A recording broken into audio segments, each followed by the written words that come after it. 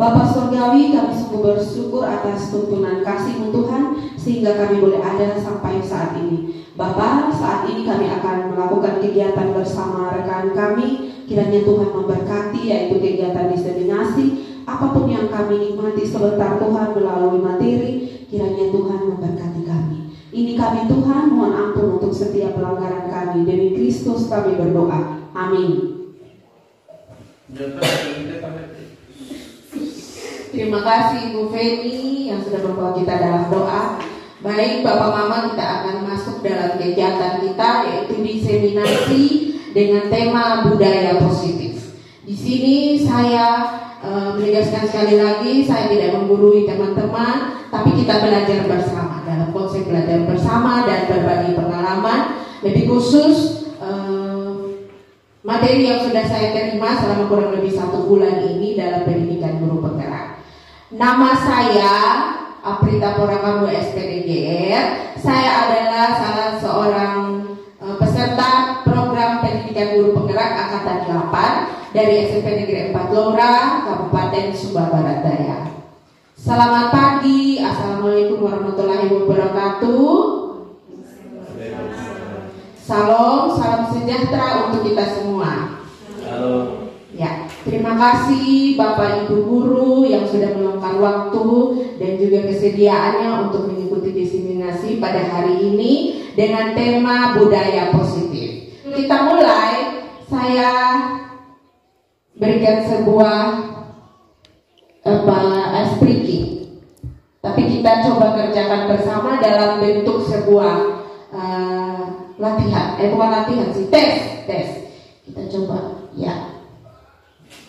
Silahkan teman-teman, ini untuk meningkatkan fokus kita sebelum kita mulai dalam kegiatan belajar kita.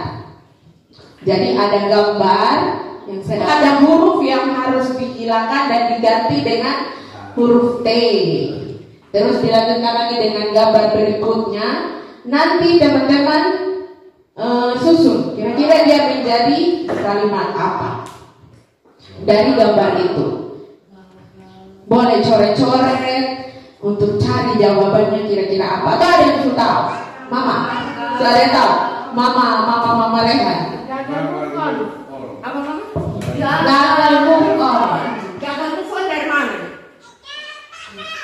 T diganti G. Harusnya kan dia itu gambar apa harusnya pertama? Gatal. Karena dia sedang garuk tapi gak. Ya, jadi G-nya yang pertama kita ganti dengan T-nya kita ganti dengan G. Harusnya itu Mama? L diganti M dari kata love. Jadi M-nya diganti dengan M. Jadi move. Terus yang terakhir On. Itu dari kontak on off gitu. Oke, ya betul. Tepuk tangan. Iya, jadi ini sekilas untuk membuat kita fokus, kita bermain dulu sebelum kita. Jadi dari gambar ini kita menyusun kalimat gagal move on. Baik, itu intermezzo teman-teman. Kita lanjut, ya, masuk kepada konsep-konsep budaya positif. Konsep-konsep budaya positif itu ada 7. Iya, ya. Konsep-konsep budaya positif itu ada 7. Yang pertama, perubahan paradigma belajar. Yang kedua,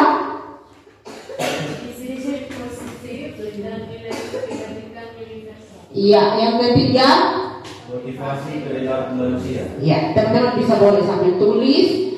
Kemudian yang keempat,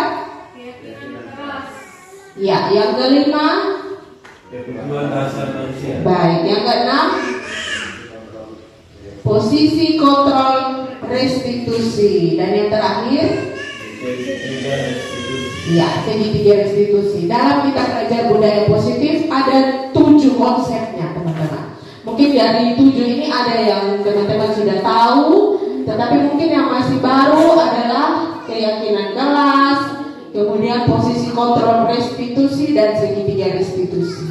Mungkin itu masih baru, nanti kita akan belajar bersama. Tapi teman-teman pahami dulu bahwa ada 7 budaya positif. Ini yang akan kita kembangkan, yang akan kita telah bersama sebentar. Baik, kita mulai dari yang pertama tentang perubahan paradigma belajar. Ketika kita masuk dalam kurikulum Merdeka, itu kita sangat berpatokan dengan pemikiran Ki Hajar Dewantara. Kalau dulu kita bilang bahwa belajar itu seperti tabula rasa. Jadi anak itu seperti apa, teman-teman? Kertas putih yang belum ada apa-apanya, dan tugas kita sebagai guru yang mengisinya. Nah, itu adalah konsep yang sudah lama dan tidak dipakai lagi ketika kurikulum Merdeka. Kita pakai pemikiran Ki Hajar Dewantara, yaitu menuntut segala kodrat yang ada pada anak agar mereka mencapai keselamatan dan kebahagiaan yang setinggi-tingginya, baik sebagai manusia maupun sebagai anggota masyarakat. Kalau teman-teman ingat kemarin yang kita workshop dengan Bapak Arnold, kan Bapak Arnold bilang bahwa anak itu kita tuntun sesuai dengan ada dua kodrat, yaitu kodrat alam dan kodrat zaman. Jadi bukan kertas kosong lagi. Anak itu dia lahir, dia datang ke sekolah sudah ada dua kodrat yang dia bawa. Nah, sekarang tinggal kita guru bagaimana kita menemukan itu kodrat yang ada dalam dirinya anak, atau yang sudah ada kita tebalkan itu. Jadi bukan anak datang dengan kosong lagi. Dia sudah punya, sudah ada dalam dirinya dia. Tinggal dia datang di sekolah kita yang menebalkan itu. Kodrat alam dan kodrat sama. Kalau kodrat alam apa kira-kira teman-teman? Ada yang bisa? Kodrat alam contohnya apa? Oke. Iya. Kalau kodrat alam itu berarti yang secara lahiriah, alami ada di dalam dirinya dia. Misalnya contoh, dia datang di sekolah, dia suka itu belajar yang gambar-gambar. Kalau kita suruh dia, duduk, dengar, dia tidak akan masuk, karena itu bukan kodratnya dia bukan gaya belajarnya dia. Itu yang alami, ada di dalam diri. Kalau kodrat zaman, yang seperti Bapak Arnold bilang, sesuai dengan perkembangan zaman. Anak-anak sekarang suka belajar pakai apa? Pakai video, putar lagu, seperti itu. Jadi kalau kita bilang, ayo anak-anak buka halaman sekian, catat, itu bukan gayanya mereka, karena sudah berbeda zaman. Nah, itu teman-teman yang maksudnya kodrat alam dan kodrat zaman. Ini kita sudah pahami bersama. Baik, selanjutnya dari perubahan paradigma belajar menghasilkan profil pelajar Pancasila. Ini outputnya sudah nanti teman-teman. Ketika kita menggunakan kurikulum Merdeka, outputnya adalah ini, profil pelajar Pancasila. Ya Mama? Ya. Jadi ketika kita mengajar menggunakan kurikulum Merdeka, anak-anak harus bisa menjadi profil pelajar Pancasila dengan 6 dimensi. Apa sih teman-teman 6 dimensi?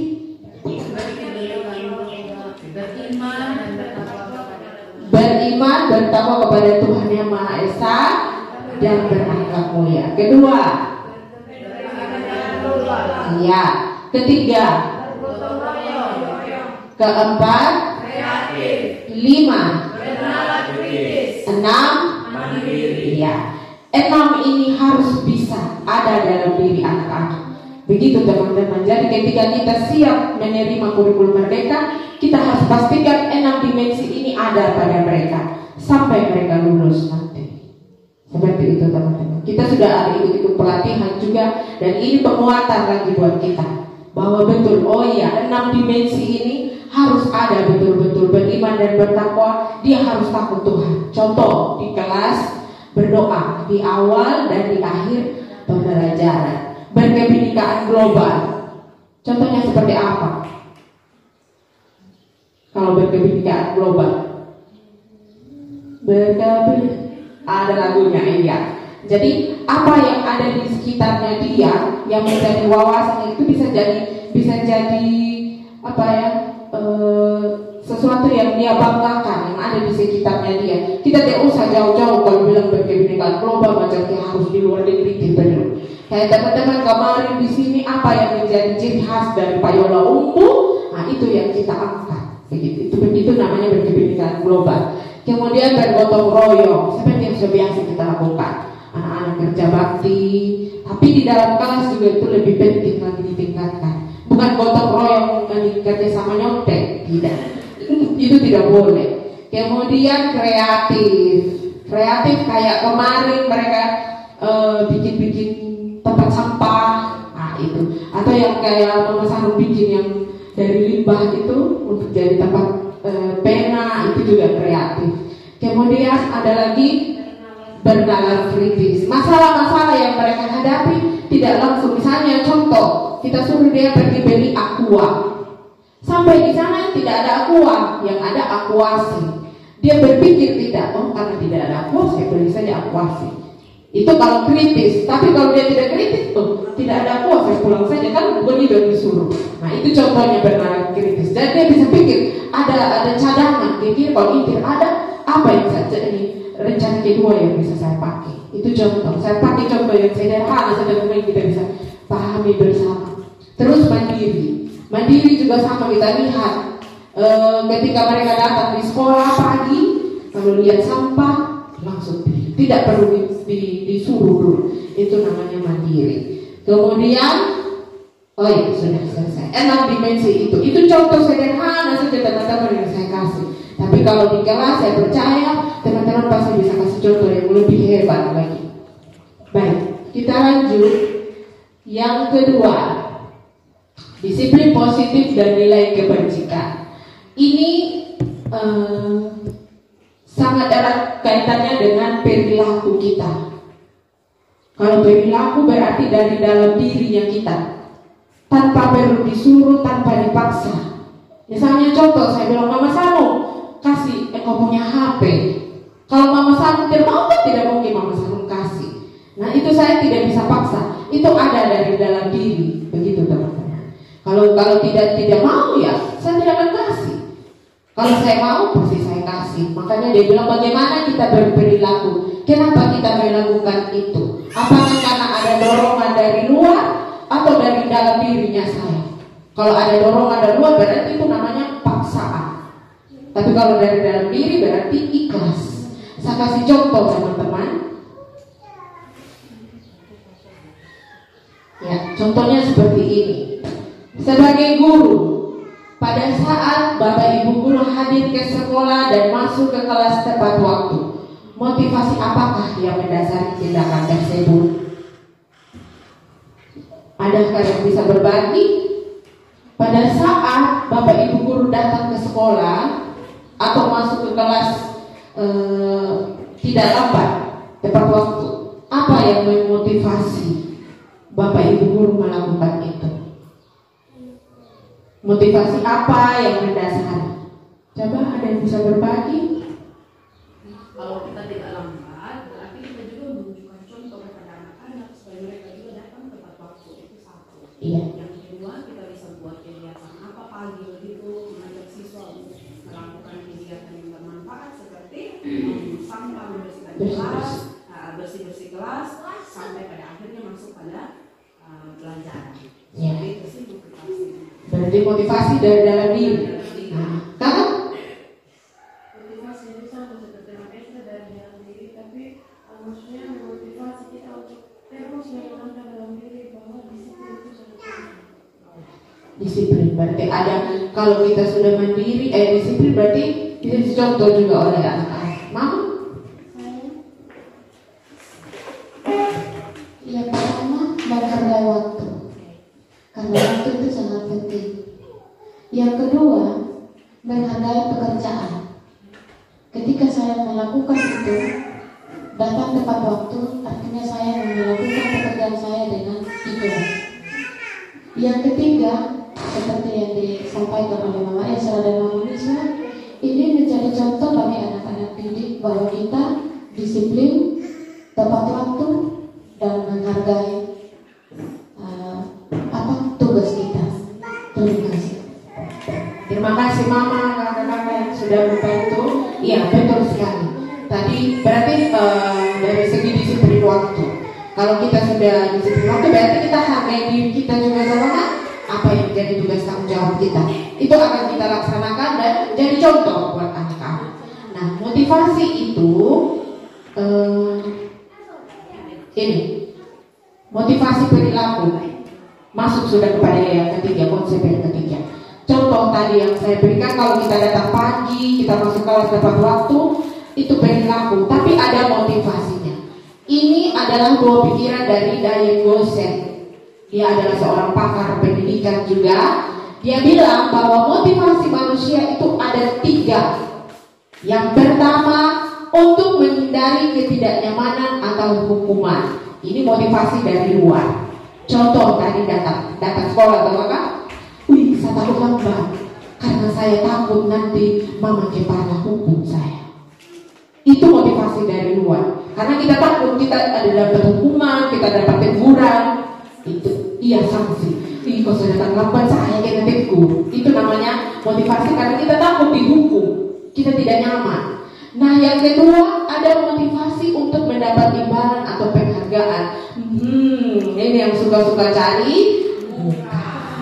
Saya harus datang pagi supaya apa? Dipuji, dibilang, dia rajin. Itu juga akan terus. Itu juga motivasi dari luar. Karena orang lain yang lihat, kalau saya datang pagi nanti mau bilang, lihat itu Pak Erik selalu datang pagi. Contohlah dia, karena dia pengen untuk dipuji. Itu motivasi yang kedua. Nah, motivasi yang ketiga adalah yang disampaikan oleh Mama Niswa, Kakak Esther dan juga Mama, ya, bahwa itu ada dari dalam diri kita, motivasi intrinsik. Saya tidak peduli terserah nanti pimpinan mau puji saya atau mau marah saya. Intinya saya tahu bahwa saya harus datang pagi karena itu tugas tanggung jawab saya. Itu dari dalam diri. Tidak ada yang paksa-paksa, bukan karena nanti saya takut dimarah atau karena supaya saya dapat pujian. Beda. Jadi ada 3 motivasi Bapak Mama. Yang 2 itu dari luar, karena kita takut dihukum dan karena kita mau supaya dipuji. Dan yang ketiga memang dari dalam diri kita. Bisa ya teman-teman? Oke. Saya yakin bisa karena sudah pengalaman. Baik, kita lanjut kepada yang berikut. Ya, ini pelanggaran. Dia lanjut dari motivasi tadi. Kalau kita sudah tidak lakukan, misalnya tadi terlambat, maka yang pertama itu ada hukuman. Berlaku bagi kita guru ataupun siswa. Namanya hukuman dia tahu apa? Pilih kotor. Tiba-tiba sudah dia itu. Dan dia itu biasanya bersifat satu arah, kemudian fisik. Suruh cuci WC, suruh pilih sampah. Pokoknya tidak bagus sudah kalau namanya hukuman. Dan kalau kepada murid, saya rasa kita juga guru-guru, kalau ada kata-kata yang kurang bagus pasti kita sakit hati. Nah, itu sudah yang dihasilkan oleh sebuah hukuman. Baik tidaknya teman-teman bisa lihat sendiri dampaknya seperti apa. Kemudian konsekuensi, dia sudah terencana. Contoh seperti peraturan kelas atau tata tertib yang kita buat. Hari Senin PNS kalau tidak pakai keiki, berarti dia sudah melanggar aturan yang sudah dibuat. Jadi beda dengan hukuman. Kalau konsekuensi sudah ada memang dia, dan dia sudah tahu kalau saya langgar, itu berarti saya tidak ikut itu tata tertib. Dia sudah terencana, sudah disepakati bersama. Kalau dengan murid berarti peraturan kelas. Misalnya apa? Yang piket harus datang pagi. Kalau dia tidak melakukan berarti dia sudah tahu itu konsekuensi apa. Di balik konsekuensi pasti ada sanksi. Seperti dicontoh di situ, misalnya ada konsekuensi juga itu selalu dilengkapi dengan data. Contoh, sudah 3 kali alpa, kita punya catatannya. Berarti konsekuensinya apa? Seperti kemarin kita rapat, kalau dia konsekuensinya ini apa tanggal tidak naik kelas. Dan itu kita sudah tahu bersama. Beda dengan hukuman kita tidak buat, dia tiba-tiba ada. Begitu. Kalau konsekuensi dia sudah terencana. Kemudian yang ketiga, restitusi. Nah, ini akan berhubungan dengan konsep yang berikutnya lagi. Apa itu restitusi? Ini adalah proses kolaboratif yang mengajarkan murid untuk mencari solusi atas masalahnya, membantu murid berpikir tentang orang seperti apa yang diinginkan dan bagaimana mereka harus memperlakukan orang lain. Ini memang agak asing bagi kita karena baru. Tapi ini dalam kurikulum mereka mau tidak mau harus kita laksanakan. Lebih khusus Bapak Ibu wali kelas, lebih bagus lagi kepada guru BK. Karena mereka yang sering menghadapi anak-anak bermasalah. Sebentar kita akan kupas lebih jauh lagi tentang restitusi. Dan dari ketiga ini restitusi itu yang paling dianjurkan. Karena bukan hanya saja anak itu tahu dia salah apa, tapi kita cari solusi. Jadi bukan hanya kau datang lambat pilih sampah, kau datang lambat tidak naik kelas. Jadi anak itu dia hanya tidak ada yang dia dapat. Tapi kalau dengan restitusi, dia tahu dia salah apa, dia tahu solusinya harus apa. Dia berpikir sendiri. Kita guru hanya mengarahkan. Nanti sebentar ada contohnya lagi supaya kita sama-sama mengerti lagi teman-teman. Baik, lanjut lagi kepada konsep yang ketiga yaitu keyakinan kelas. Keyakinan kelas ini hampir sama dengan peraturan kelas, tetapi dia punya ciri tersendiri. Dia bersifat lebih abstrak dan rinci. Kenapa saya bilang bagus kita pelajari sekarang supaya nanti itu bisa diterapkan oleh wali-wali kelas. Jadi beda dengan peraturan kelas. Dia bersifat lebih abstrak. Nanti ada contohnya supaya teman-teman bisa mengerti. Keyakinan kelas berupa pernyataan universal. Pernyataan keyakinan kelas dibuat dalam bentuk positif. Jadi tidak ada kata tidak, dilarang, jangan, itu tidak ada. Dilarang membuang sampah, tidak seperti itu. Kalau keyakinan kelas dia selalu bersifat positif. Satu kata saja yang penting positif. Nah, kemudian hendaknya tidak terlalu banyak sehingga mudah diingat dan dipahami. Kalau keyakinan kelas kan agak panjang, tapi kalau keyakinan peraturan kelas agak panjang. Kalau keyakinan kelas dia cukup satu kata saja, 2 kata paling banyak. Terus hendaknya sesuatu yang bisa diterapkan di lingkungan sekolah. Apa yang biasa ada di lingkungan sekolah kita teman-teman?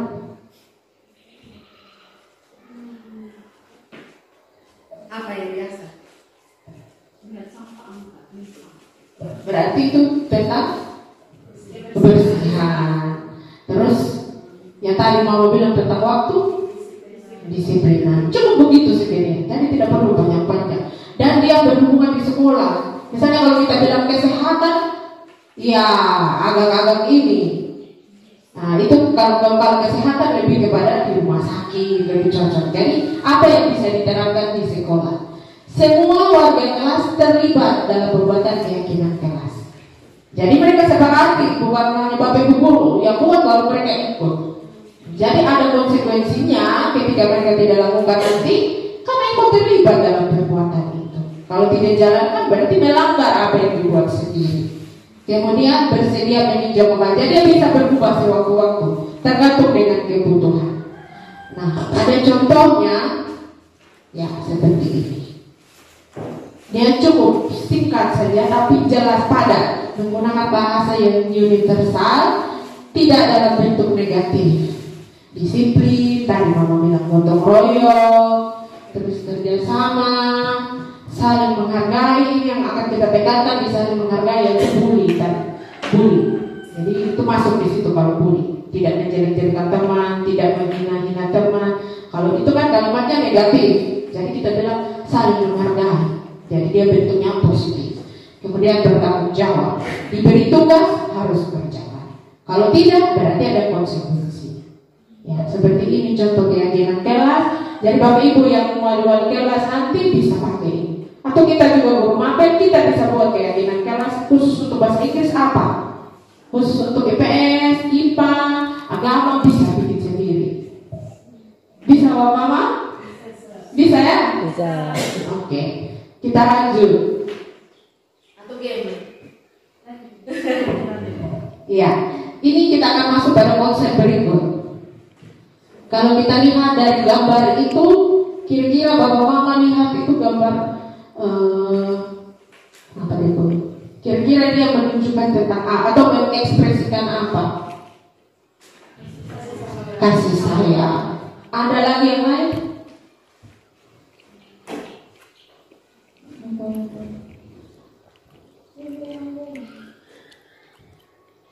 Ya. Semua orang senantiasa berusaha untuk memenuhi kebutuhannya dengan berbagai cara. Bila mereka tidak bisa mendapatkan kebutuhannya dengan cara yang positif, mereka bisa melanggar peraturan atau melakukan hal-hal yang tidak sesuai dengan nilai-nilai kebajikan. Itu sudah yang akhirnya menghasilkan apa? Pencuri, perampok, koruptor. Karena kebutuhannya dia tidak terpenuhi. Dia penuhi dengan cara negatif. Supaya saya dapat apa yang saya mau, karena tidak bisa dengan jalur yang baik, ya sudah, cara yang negatif saja. Saya tidak ada makan, saya lapar, pergi curi. Itu yang tidak bagus. Tetapi namanya kebutuhan dasar manusia yang tidak bisa kita tolak. Kalau lapar ya harus makan. Kalau dingin ya harus punya baju, punya rumah. Bagaimana sekarang kita sebagai guru, kita ajarkan kepada anak kita kebutuhan dasar anak itu dicapai dengan cara positif. Nah, kita lihat dulu sekarang kebutuhan dasar manusia ada berapa teman-teman? 5 kebutuhan dasar. Yaitu yang pertama bertahan hidup, kedua kasih sayang, ketiga keempat ya, dan yang kelima kesenangan. Kebutuhan hidup yang pertama tadi saya bilang makan, ya sandang, pangan, makan, minum, pakaian dan tempat tinggal. Itu paling dasar sudah Bapak, paling dasar sudah.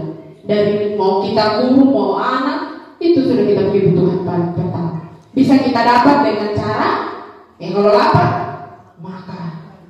Butuh tempat tinggal berarti harus ada rumah. Jangan sampai kita tidur di rumah orang tuh kita tidak ada rumah, itu negatif sudah. Atau tadi yang saya bilang kita tidak ada makan, dicuri. Nah itu yang salah. Memang namanya kebutuhan dasar harus, tetapi untuk dapat itu harus dengan cara yang positif, bukan negatif.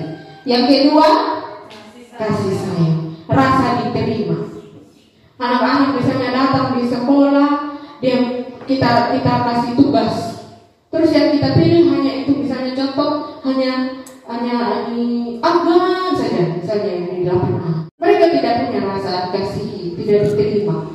Pasti mereka akan kecil hati. Ibu dia hanya pilih Afgan saja, apa Afgan, nilai bagus Afgan. Nah itu secara tidak langsung juga kita mendiskriminasi anak-anak. Rasa tidak dikasih itu juga kita pasti rasa bahwa di guru toh kan sudah dulu. Kalau suami atau istri cuek, kenapa dia cuek beri saya? Kita merasa bahwa ini pasti ada yang berbeda, tidak dikasih atau tidak diterima. Kenapa begitu? Kenapa aku buka-buka dengan saya? Itu kebutuhan yang mendasar juga. Kasih sayang tidak bisa kita sepelekan. Makanya ada juga bilang jabari-jabari itu yang kurang-kurang kasih sayang. Tidak, makanya karena memang kebutuhan dia tidak bisa kita sepelekan. Kebutuhan dasar untuk dikasihi, untuk diterima. Bayangkan Bapak kalau anak-anak merasa tidak diterima, sungguh-sungguh kalau dia tidak trauma, kalau dia trauma terbawa sampai besar, dia akan kecil hati terus. Kita pun juga yang orang dewasa merasa begitu. Ada beberapa anak dalam rumah, kalau bapak mama hanya sayang satu anak atau beberapa anak, pasti kita cemburu. Wah hanya dia saja yang disayang, saya tidak. Nah itu karena kebutuhan, baik lagi kebutuhan. Ketiga, kekuasaan. Ciri khas manusia adalah punya kekuasaan. Pokoknya dia mau bagaimana caranya supaya dia dapat lebih. Saya mau itu, saya harus dapat dan saya harus berkuasa. Dan bisa kita pungkiri bahwa itu ada dalam diri manusia. Sikap untuk mau, untuk disanjung, untuk dihormati, itu sudah kebutuhan sebenarnya. Tapi bagaimana kita bisa mengelola supaya dia jangan jadi keluar sebagai seorang yang sombong. Ya. Kita memang butuh kekuasaan. Karena yang kekuasaan kita bisa kerja, kita bisa masuk di mana saja. bagusnya dari hasil kekuasaan kita berdampak kepada orang lain yang baik. Tapi kalau kita salah menggunakan kekuasaan, nah itu yang namanya negatif. Kebutuhan yang tidak tersalurkan dengan baik. Kemudian kebebasan. Semua orang pasti mau bebas. Makanya Indonesia saja berjuang supaya bebas. Supaya bebas kita mau kemana-mana, supaya bebas kita kerja, supaya bebas kita sekolah. Bayangkan Bapak Mama kalau coba kita lihat di negara-negara lain itu, Korea Utara. Mereka ternyata tidak bebas. Mereka justru dijajah oleh mereka sendiri, negara mereka sendiri. Pergi kerja sudah diatur semua waktunya. Hanya boleh hormat pada satu orang, hanya boleh dengar lagu satu saja. Dan kita tidak bebas itu namanya pemanaman semua mau kita diatur. Iya, Bapak Mama. Jadi kita saja di rumah contoh atau di sekolah ada yang kayak kita merasa begini, pasti kita marah. Jangan kau atur saya. Saya tidak mau. Memang saya sebagai bawahan, saya punya tugas, atau saya sebagai murid. Tetapi bagi pun bukan semena-mena juga langsung suruh sang saya. Sebagai manusia kita punya itu kebebasan dan itu kebutuhan.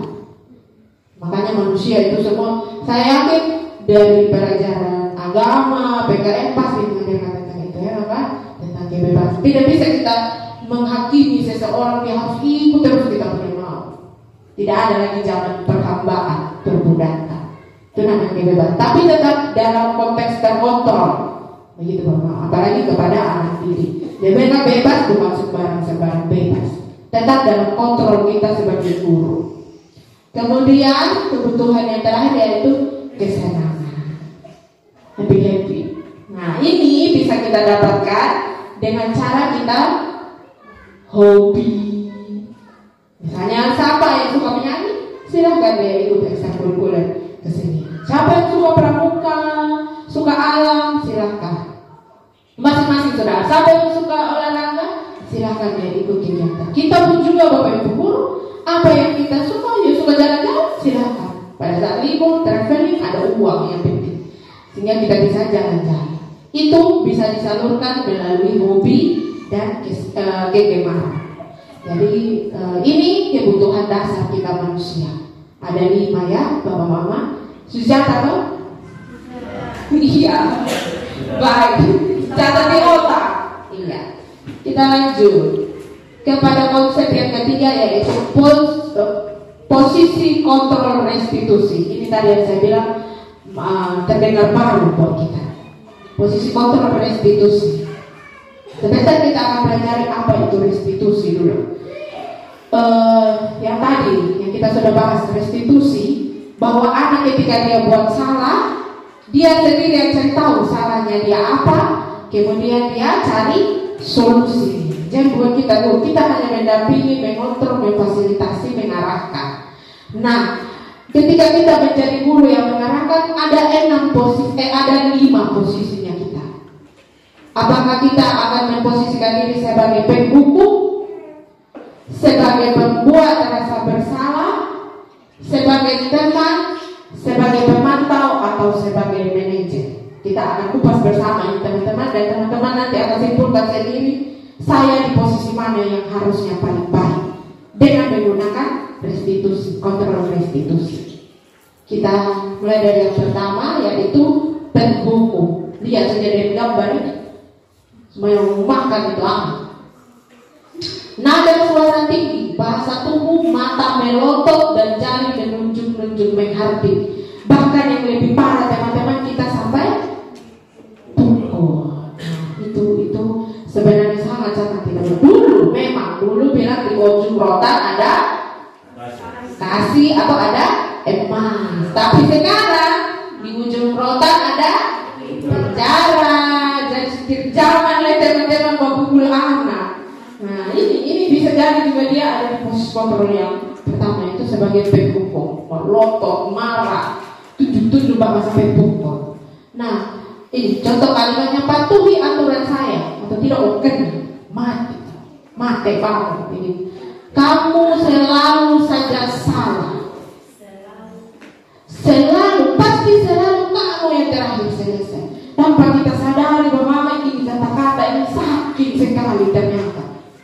Bayangkan kalau kita sampai ucapkan kalimat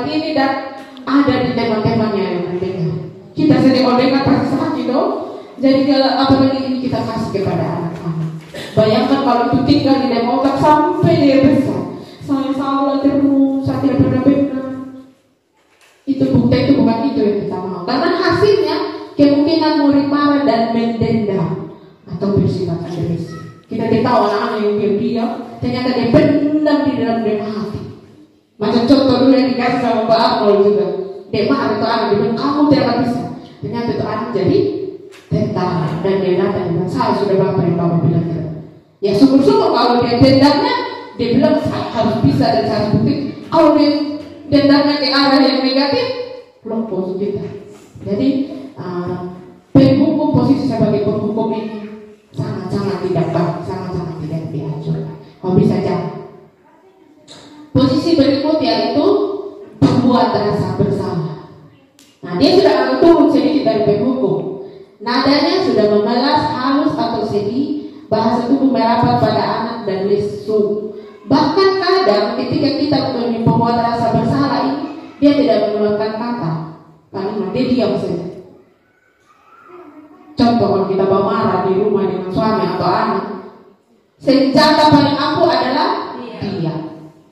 Tetapi orang yang berbuat salah kita dia akan pikir terus, ini apa susah salah itu orang sama saya. Itu akan membekas juga. Contoh dengan anak-anak juga. Kita tidak tahu dia salah apa, tapi kita diam saja. Dia akan merasa kecewa. Saya suka kecewa berguru tadi. Saya suka kecewa ibu. Dan itu akan membekas juga di dalam hati. Sekalipun kita tidak main fisik, tapi dengan diamnya kita itu juga menyakiti dan akan membuat rasa bersalah. Rasa bersalah itu sakit sekali, bayangkan kalau dia itu sampai besar dia merasa tidak nyaman, dia rendah hati. Hasilnya murid akan merasa bersalah karena mengecewakan bapak ibu guru dan akan merasa gagal, tidak sanggup membahagiakan orang lain. Itu kita hindari supaya jangan sampai ada pada diri anak, baik anak-anak di sekolah maupun anak di rumah. Jadi bisa kita lakukan juga kita punya anak-anak di rumah. Jadi kalau memang manusia, kalau kita marah ya kita marah. Tapi kalau bisa setelah itu kita rangkul kembali, kita minta maaf. Arahkan sama dia yang benar begini ya, supaya dia jangan pendam merasa bersalah. Baik, posisi yang berikut, teman. Guru pada posisi ini tidak akan menyakiti, namun akan tetap berupaya mengontrol melalui persuasi atau pendekatan, ramah, akrab, merapat pada murid dan senyum jenaka. Tetapi ternyata posisi ini ada nilai negatifnya. Mungkin kita bilang, masa dia kata anak-anak senang. Tetapi ada nilai negatifnya, bapak mama. Sisi negatifnya dia akan bergantung pada kita. Dia ada masalah sedikit dia cari, mana itu Ibu Aisyah. Saya bisa saya ini, panggil Ibu Aisyah. Karena dia sudah bergantung sedikit dengan kita, sedikit dengan kita. Begitu. Jadi ada juga sisi negatifnya sih teman, layaknya teman. Karena kita tidak mau anak itu bergantung pada kita. Posisi berikutnya yaitu pemantau. Nah, dia ini memantau apa yang anak lakukan. Dia juga tidak menyakiti. Posisinya juga tetap menonton.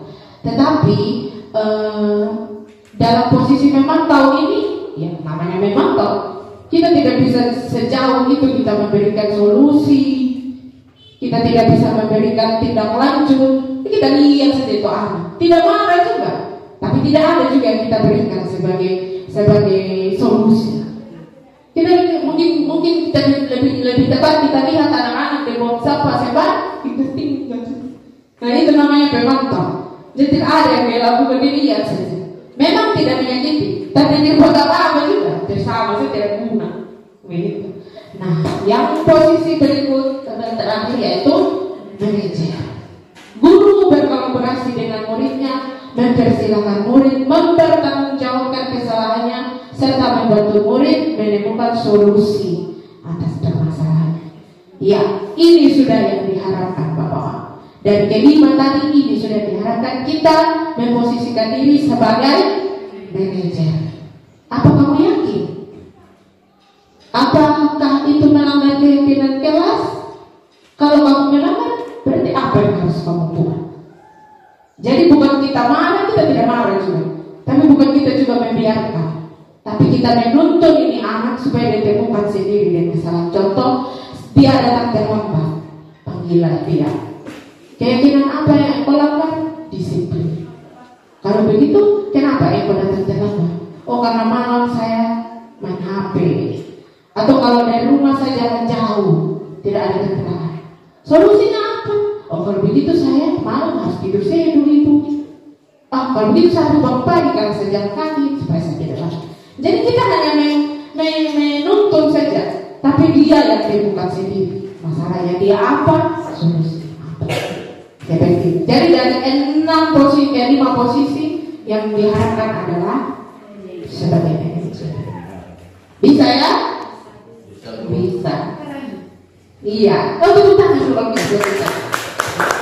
Semoga kita bisa jadi manajer. Nah, ini sudah yang dinamakan restitusi. Restitusi dikembangkan oleh pakar pendidikan Diane Gosset berdasarkan buku teori kontrol yang ditulis oleh Dr. William Glasser. Dua-dua mereka ini adalah pakar pendidikan dari Amerika. Jadi bertahun-tahun mereka sudah teliti tentang ini anak, tentang manusia, apa yang bagus, yang paling bagus itu.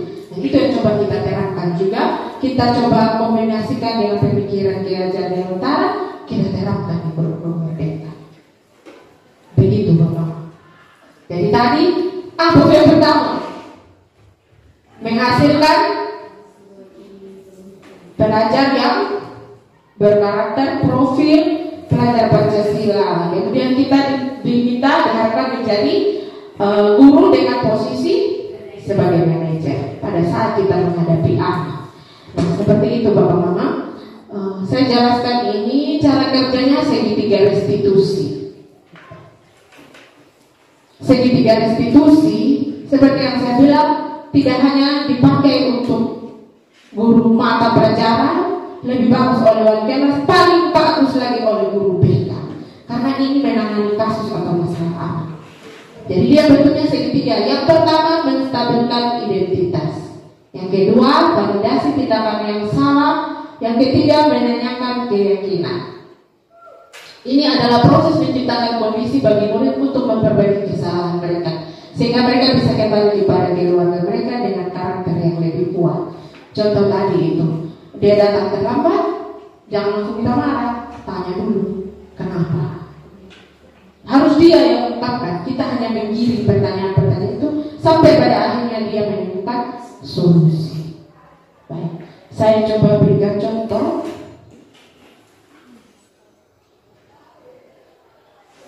Dan saya yakin teman-teman pasti bisa melakukan ini nanti di kelas. Karena kita kan juga sudah melaksanakan yang namanya bimbingan buku kasus seperti itu. Pasti ada juga teman-teman yang sudah.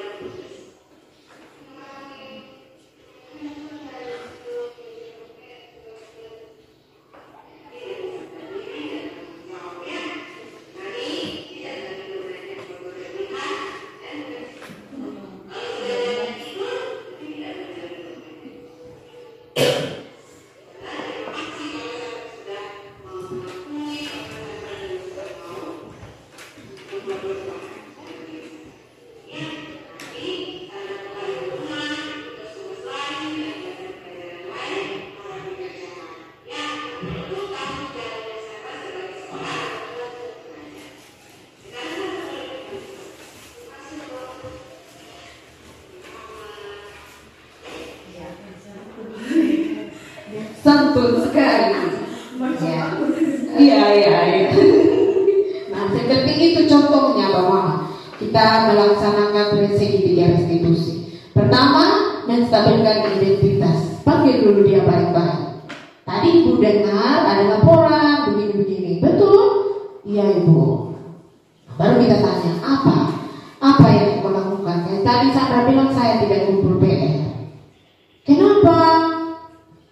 Saya tidak kerja Ibu, karena malam saya asik bermain HP. Tiduran saya lupa. Berarti Sandra melanggar keinginan apa? Melanggar disiplin dan tanggung jawab. Sudah tidak disiplin waktu, tanggung jawab sebagai pelajar tidak dilaksanakan. Yakinkan dia bahwa ada yang dia langgar. Habis itu baru solusi, menanyakan yakin. Kalau memang itu sudah begitu, kira-kira apa sudah yang Sandra mau buat supaya tidak begitu lagi? Oh, saya tidak akan main HP lagi. Saya akan menghargai seperti itu. Jadi apa saja kasusnya, masalahnya anak, diharapkan sudah kita selesaikan dalam dengan konsep segitiga restitusi. Seperti itu. Jadi hari ini kita belajar untuk jadi guru yang bisa menghadirkan pelajar profil pelajar Pancasila. Yang kedua, posisi kita sebagai manajer, dan yang ketiga, menerapkan segitiga restitusi. Mulai sekarang, jadi jangan tidak harus guru BK. Kayak contoh saya tadi itu kan tugas bahasa Inggris. Kita sebagai guru apa bisa kita pakai? Nanti beda-beda kasusnya anak, apa lagi. Dan diharapkan kita pakai ini segitiga restitusi. Baik Bapak Mama, sebagai penutup, saya berikan lagi satu kuis. Silakan, ini yang otak-otak pintar bahasa Dawa. Nah, pokoknya yang teliti, yang fokus akan sangat-sangat menggunakan daya pikir yang kritis dan intelek. Silakan kita coba bersama. Nah, silakan yang jago berhitung, matematika, berpikir kritis, bernalar. Dokter jago kalah harus tulis. Ini bukan hanya guru matematika, tapi guru gampang saja. Hanya matematika dasar sekarang. Berapa dokter? Berapa? Yang pertama 30. Kira dia dapat dari mana? Yang kedua 20. Dia dapat dari mana? Ada gambar. Yang ketiga 13. Yang keempat, kombinasi dari ketiga gambar itu. Tidak bermakna. Ibu Mami 19. Silakan yang lain berpikir-pikir. Ayo, jangan mau kalah. Saya tidak mungkin seperti itu.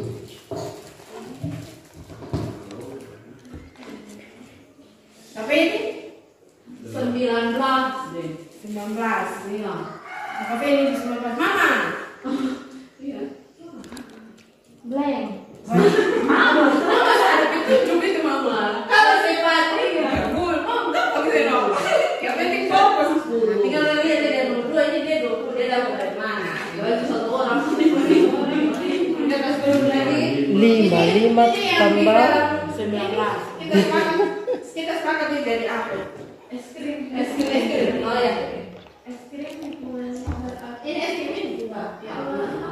Atau ini kayak popcorn. yang dibungkus Popcorn itu. Ada yang bilang pakai bunga.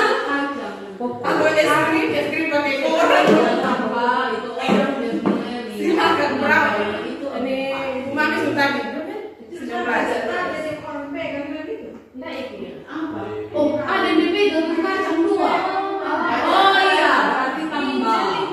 Kan yang saya bilang kritis kan, tidak selamanya harus guru matematika. Oke, skrip apa?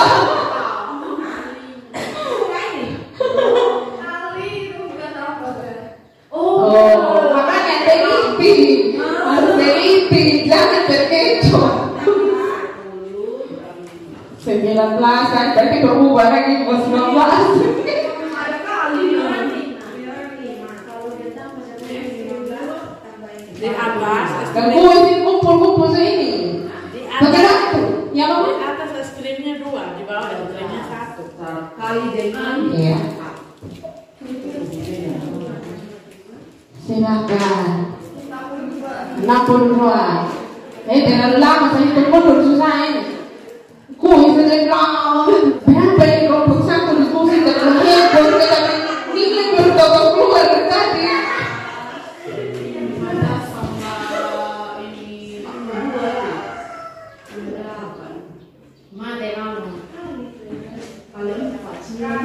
Orang dia nilainya berapa? 5 temannya dia 8. Sepatu 10. terus kali dengan 4. Kalian 4. Dengan 2 Pak. Ada 2. Operasi perkalian dulu. 92. Jadi saya tahu. Saya kan jangan sudah pemirsa.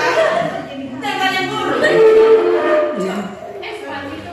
Lama mati. Oh 1, 2. Oh kali 2. Ada 2. Kali 6. Kali 4. 46.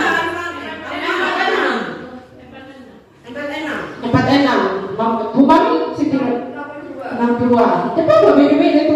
Itu kan maksudnya ya masing-masing kira harus sama. Kan 10 tambah 5 tambah 19 kali 2. Saya 52 mah. Tidak masalah kan itu hasil yang Mama dapat. Mama mau dapat 30 itu kan haknya Mama. Kan kita tidak bisa paksa. Kan itu yang Mama hasilkan. Nanti sebentar baru kita coba cari sama-sama. Di matematika perkalian dulu baru Kali dulu.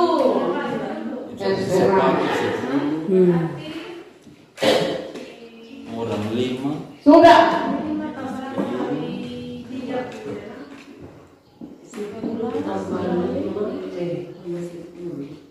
Lima itu es krim 4. 10 Saya hitung dulu berapa. 5 kali. Iya, dan iya tuh makanya lebih bagus itu sudah jauh. Semakin banyak kalian semakin overthinking. 5 kali. 10, 9, 8, 7, 6, 5, 4, 3, 2, 1, 30. dan waktu habis. Di sini berapa? 3 atau 3 berapa? 28. Kalau punya ini 62. 30. 60. Kita cek sama-sama. Kita mau saja tidak tahu yang matematika. Ini mau kerja apa harus. Kita lihat dari yang pertama. Berapa lagi? Berubah-ubah. Sungguh berkata berlalu ibu nanti ibu. Kita lihat yang pertama. 30. Kita lihat yang pertama. Sepatu 30. Berarti dia berapa? 10. Satu pasang. Ini ada ini dulu pasti satu pasang. 10. Berarti kalau satu sepatu 5. Kedua, ini 20 dapat dari 2 sepatu 10. Berarti 10-nya lagi dari pas ya 20. Sekarang 13 dari mana? Es krimnya. Orangnya tadi kan 5. Berarti sisa 8. 8 itu dari es krim belum 2. Masing-masing es krim nilainya 2. Nah, kalau 2 yang tahu kan? Ya. Sekarang kita cari satu sepatu tambah orang pegang 2 es krim pakai 2 sepatu dikali dengan 1 es krim. Makanya saya bilang tadi teliti.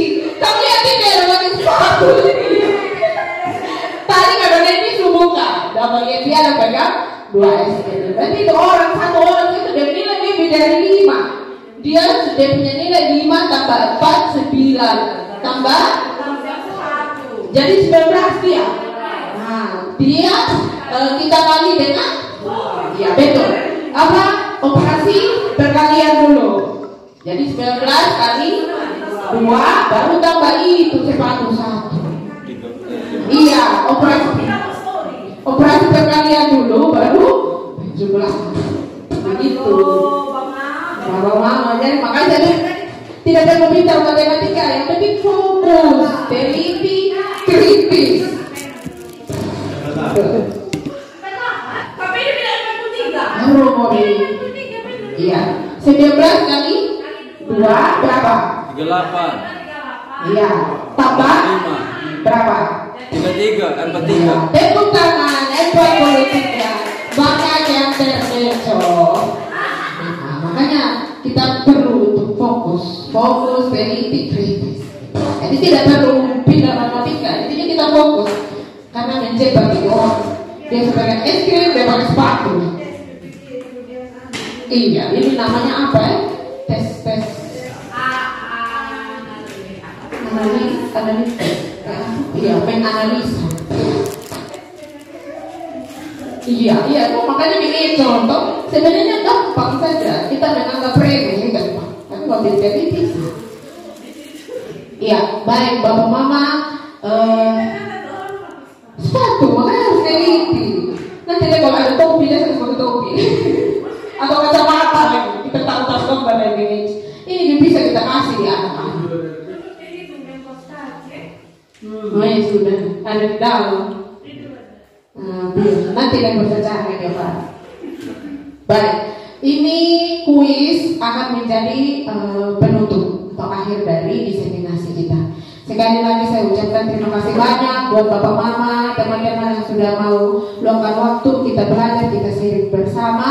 Dan sebagai penutup kami mohon kesediaan dari Mama untuk menyampaikan dua kata sebagai pimpinan begitu terlambat. Kami silakan. Terima kasih untuk waktu dan kesempatan. Mohon maaf saya tidak ikuti dari awal karena satu dan lain hal. Ada pertemuan saya di tempat lain dan saya sampai sudah di materi. Jadi terima kasih, kiranya materi ini membuat Bapak Ibu guru lebih termotivasi, lebih mencintai profesi guru, dan bagaimana membuat anak menjadi senang dan ingin belajar dan rindu untuk datang sekolah karena rindu dengan Bapak Ibu. Jadi kiranya ini bermanfaat untuk kita ke depan dan terus ditingkatkan. Ibu Aprita kiranya menjadi motivator bagi teman-teman yang lain untuk ikut guru penggerak. Jadi dengan kegiatan ini dapat meningkatkan kualitas guru di sekolah ini dan kiranya dapat berkelanjutan sampai waktu yang ditentukan. Barangkali itu saja penguatan dari saya. Terima kasih untuk waktu dan kesempatan Bapak Ibu, meskipun saya tidak hadir dari awal karena memang saya ada pertemuan juga penting, jadi baru datang tadi 9:30 atau jam 10 saya kurang tahu. Jadi terima kasih sekali lagi untuk Ibu Aprita dan teman-teman. Selamat melanjutkan tugas dan kegiatan kita untuk lebih maju lagi ke depan. Terima kasih. Salam.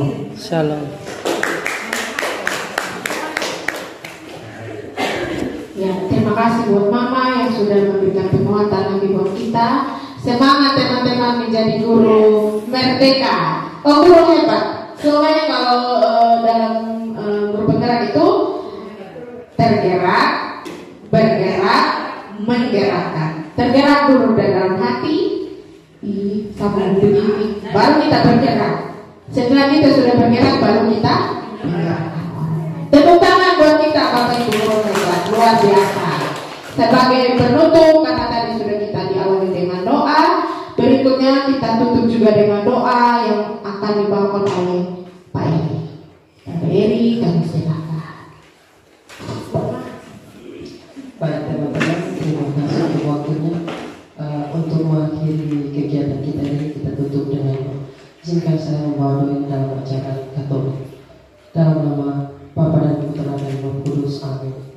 Ya Tuhan, terima kasih untuk penyertaan-Nya dari awal kegiatan hingga selesai kegiatan ini, ya Tuhan. Tuntun kami selama kedepannya untuk menjadi guru-guru yang hebat bagi anak-anak didik kami dan untuk lembaga kami. Sertai kami selalu Tuhan, lindungi kami dan jauhkanlah kami dari hal-hal yang membuat kita menjadi pribadi yang tidak bertanggung jawab. Tuntun kami selalu Tuhan untuk menjadi guru-guru hebat demi Kristus Tuhan kami. Amin. Dalam nama Bapa dan Putra dan Roh Kudus. Baik, terima kasih Pak Eri. Sama-sama, terima kasih.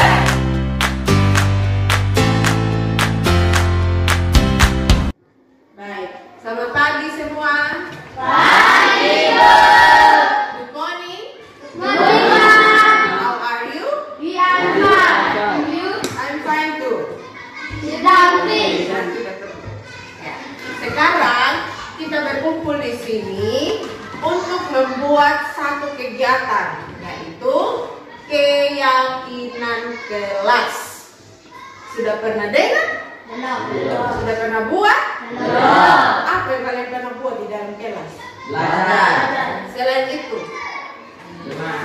bermain di dalam kelas, menghias. Ya kan ada yang kalian tempel-tempel di kelas. Itu namanya apa?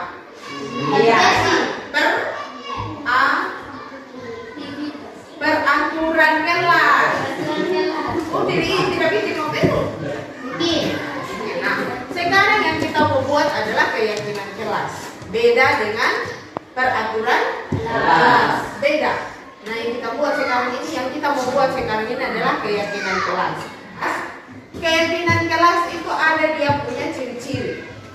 Yaitu dia yang pertama menggunakan bahasa universal. Bahasa universal itu yang umum, yang luas, yang biasa kita pakai. Kemudian yang kedua, dia menggunakan kalimat positif.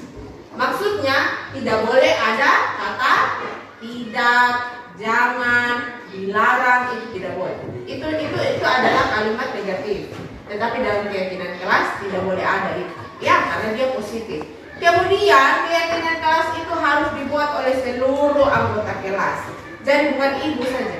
Tapi yang paling penting adalah kalian, anak-anak, siswa-siswa, semua harus terlibat dalam pembuatan keyakinan kelas. Bisa paham ini? Bisa. Kemudian yang berikut tadi, keyakinan kelas itu harus dapat dijalankan. Jadi bukan dibuat lalu diabaikan. Justru keyakinan kelas itu kita buat supaya dijalankan. Paham ya? Sekarang ibu akan bagikan kalian kertas.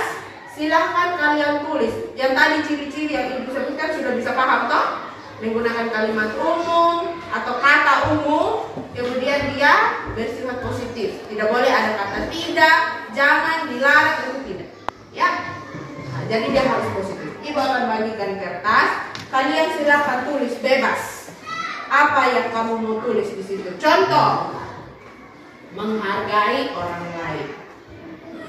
Ya, disiplin, rapi, sabar, kerjasama, gotong royong, tanggung jawab, apa lagi? Tertib, apa lagi?